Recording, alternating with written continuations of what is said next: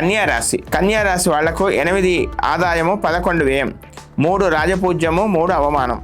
ఆదాయ వ్యయాలు ఎలా ఉన్నా, రాజపూజ్య అవమానాలు ఎలా ఉన్నా కానీ కొంత మీరు పక్కవారు ఎదుటివారు చెబితే వినే ప్రయత్నం చేయండి. మీ యొక్క మనస్సు, మీ యొక్క ఆలోచనలు చాలా సున్నితంగా మారేటువంటి అవకాశాలు కనబడుతూ ఉన్నాయి. జీవిత భాగస్వామితో గతంలో ఉన్నటువంటి తెలియనటువంటి అపోహలు తొలగి చక్కని సత్సంబంధాలు ఏర్పడేటువంటి అవకాశాలు కనబడుతూ ఉన్నాయి.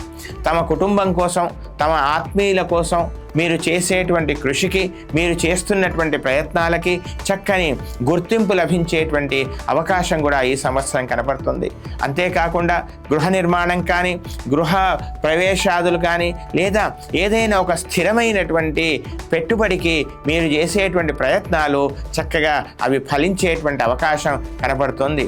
కానీ ఉద్యోగంలో కానీ లేదా వ్యాపార భాగస్వాములలో కానీ కొంత ఒక రకమైనటువంటి చిన్న తెర ఏర్పడే అవకాశం ఉంది. మానసికంగా ఒక రకమైనటువంటి కమ్యూనికేషన్ గ్యాప్ అంటారు కదా, ఆ రకమైనటువంటి చికాకులు ఏర్పడే అవకాశం ఉంది. ఎవరిని కూడా తొందరపడి మీకు మీరై మీ యొక్క మాటను వాడిగా వేడిగా తెలపకండి. ఎదుటి వాళ్ళు చెప్పినవి వినండి. మీ యొక్క జవాబును కూడా సౌమ్యంగా, ప్రేమగా, చాలా సున్నితంగా ఇచ్చేటువంటి ప్రయత్నం చేయండి, అలవాటు చేసుకోండి. లోకం దృష్టిలో మీరు ఒక రకమైనటువంటి గర్విష్ఠిగా మారే ప్రయత్నం మాత్రం చేసుకోకూడదని చెప్పవలసిన ముఖ్యమైన సూచన.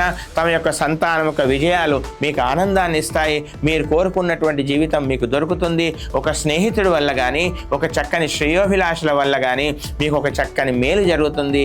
కానీ వాళ్లను మీరు విస్మరించే అవకాశం కూడా లేకపోలేదు. చెప్పుడు మాటలు నమ్మకూడదు. ఆ తర్వాత అనవసరమైన ప్రయాణాలు చేయవలసి రావచ్చును. ధనాన్ని జాగ్రత్తగా కాపాడుకోవాలి. చోర భయం ఉంది. విలువైనటువంటి డాక్యుమెంట్స్ అన్నీ కూడా జాగ్రత్తగా కాపాడవలసిందిగా చెప్పాల్సిన సూచన.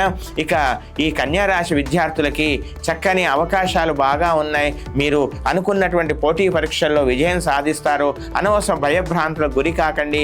ఎవరో ఏదో చేశారు పక్కవారితో పోల్చుకొని మీకు మీరే నిరుత్సాహపడకూడదని చెప్పవలసినటువంటి ముఖ్యమైనటువంటి గమనిక. ఇంకా ఉత్తమమైనటువంటి ఫలితాల కోసం ఈ సంవత్సరం శమీ వృక్షాన్ని ఖచ్చితంగా నాటండి. వీలైనన్ని ఎక్కువగా మేడి మొక్కలను నాటి పెంచి పోషించే ప్రయత్నం చేయండి. అంతేకాకుండా ఏదైనా ఒక విశేషమైనటువంటి పర్వత ప్రాంతంలో ఉండేటువంటి ఒక విష్ణు ఆలయానికి వెళ్ళి అక్కడ ఏదైనా విశేష సేవ చేయండి. ఒక పేద కన్యకి వివాహ విషయంలో కొంత మీకు వీలైనంత వరకు సహాయం చేయండి. తద్వారా ఉత్తమమైనటువంటి అనుకూల ఫలితాలు పొందండి. కులదైవాన్ని మాత్రం మరవకూడదు.